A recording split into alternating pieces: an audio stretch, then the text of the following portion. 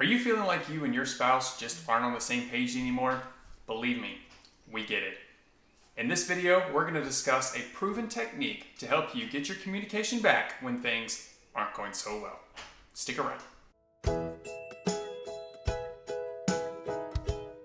Welcome back to our channel. If you're new here, I'm Amanda. I'm a licensed marriage and family therapist. And I'm Andrew. I'm a licensed pastor.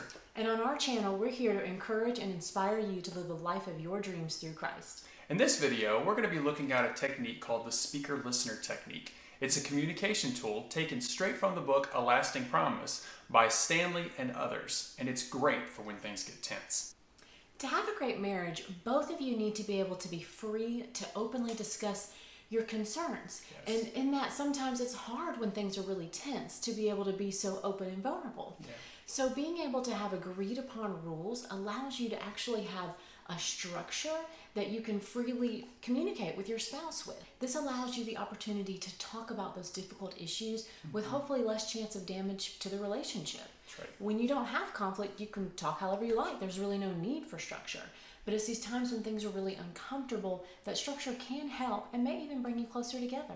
When it comes to communication, the best advice comes from James.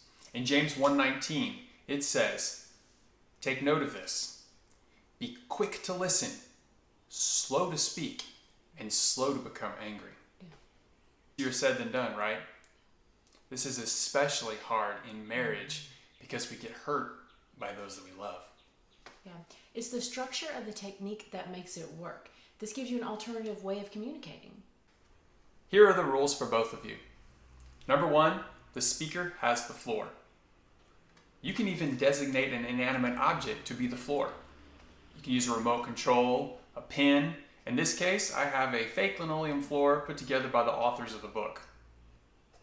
It's very important that the speaker keeps the floor and then the listener paraphrases back what the speaker said.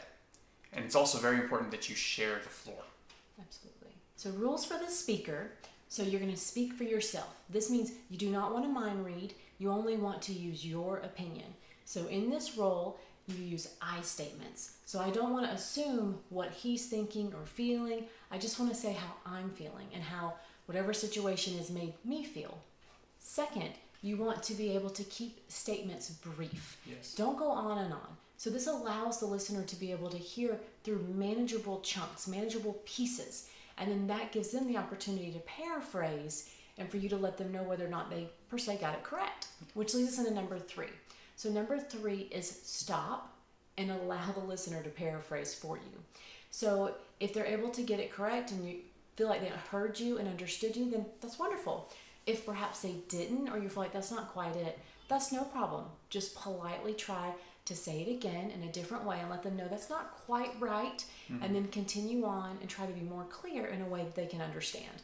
The whole goal is for them to be able to understand what you're thinking and feeling.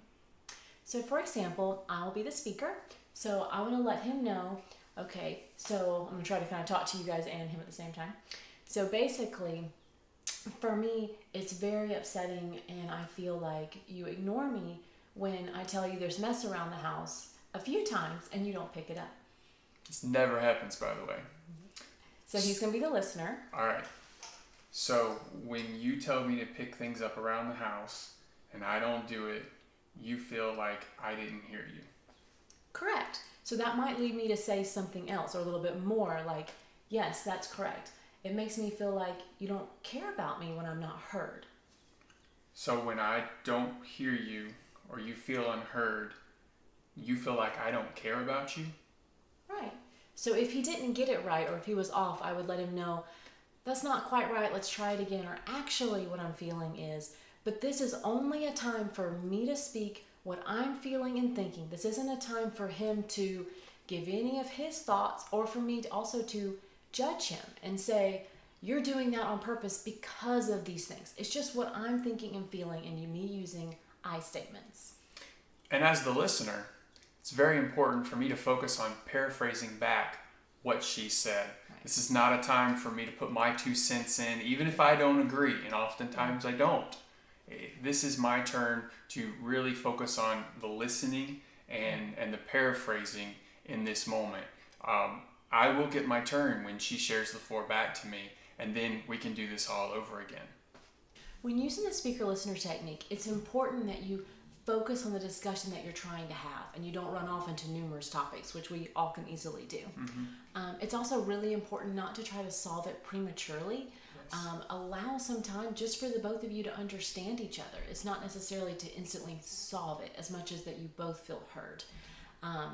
You're probably thinking this is so artificial and ridiculous, but that's kind of what makes it work. I mean, when you think about the ways that we naturally communicate in arguments is not exactly effective. It's actually very destructive and the opposite of being quick to listen, slow to speak, and slow to become angry. Keep in mind that although these rules seem simple, simple is not always easy. In fact, following this structure can help, but oftentimes you're still going to have to put in a lot of work. What are some ridiculous arguments that you've gotten into with your spouse that this simple technique could have helped you work through? Leave it in the comments below. And as always, subscribe for more weekly influential encouragement and inspiration. See you next time. Bye. Bye.